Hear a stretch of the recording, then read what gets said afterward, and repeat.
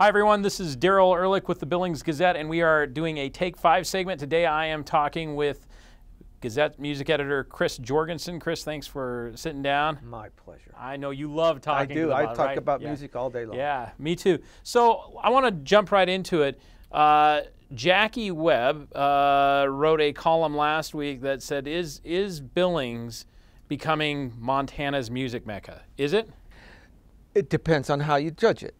We don't tend to get the really big stars like Paul McCartney. Goes to a college town.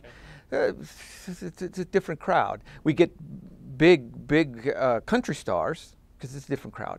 But as far as the sheer volume of number of venues and the number of dates played, oh, we're double the other cities. There are more venues and there are more bands because there are more venues, there are more bands because they got a place to play, and because the music business has evolved to the point where you can't make money selling records. You can only make money on the road. So all these bands are hitting the road because that's where the money is. And because Billings has stepped up and built some good venues, they're able to fill those. I talked to the booker at the pub station. He turns down 5 or 6 bands a day because he just doesn't have room for them. Where do you think's the best, if you're looking for good venues in Billings, where are your favorites? It depends on what you like. Okay. If you like folky, strummy, acoustic, feel-good music, the Garage Pub is fantastic. If you like metal, the Rail Yard has metal shows every night. If you like red dirt country music, the pub station is booking them like crazy, and they're selling out. You mentioned in an article that you did in Montana Magazine that a few years ago we couldn't even get the Metro to book Leroy Van Dyke, a 60s country star, and something's changed. What's changed? Promoters can now depend on Billings for certain shows to fill seats.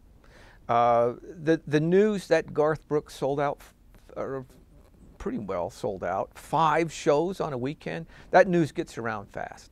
Bands looking to fill a date between bigger cities like Denver, Boise, Seattle, Minneapolis can now stop in Billings and get a paycheck. Now, just last night, you mentioned, tell me about last night, what happened in Billings, because it's important. Well, I never thought I would face this dilemma in Billings. I had to choose between seeing a great icon like Paul Simon or an iconic Japanese post-rock band that's legendary but small, kind of cult-like, and hardly ever tours in the U.S. And so do I choose a band I may never get a chance to see again, or Paul Simon? Yeah, that's a great decision, right? That's a great spot to be in. And I saw this iconic Japanese band for $10. What is the next hurdle for Billings as you see it? Booking big shows to the Metro. And I've discussed this a million times with the marketing director there. It's really 1,000 times more difficult than it sounds, more complicated than it sounds to book big bands. Big bands don't like to travel more than 500 miles from one city to the next because it takes time to set up. We're 580 miles or 550 miles from the next big city, Denver, Salt Lake, Minneapolis, even further. So we're just out of range. But if we can sell tickets, like Florida Georgia Line sold out, then they'll come.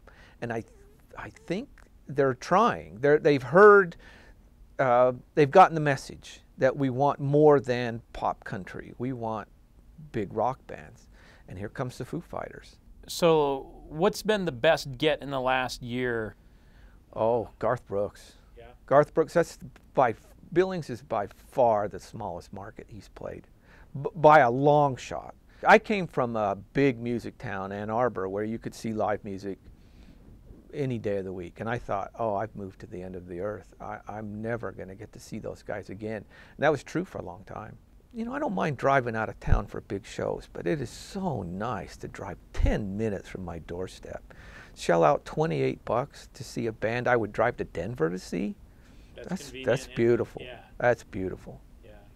Well, this has been, thanks so much, Chris, for your time. Thanks for your insight. This has been Take 5 with Daryl Ehrlich and the Billings Gazette.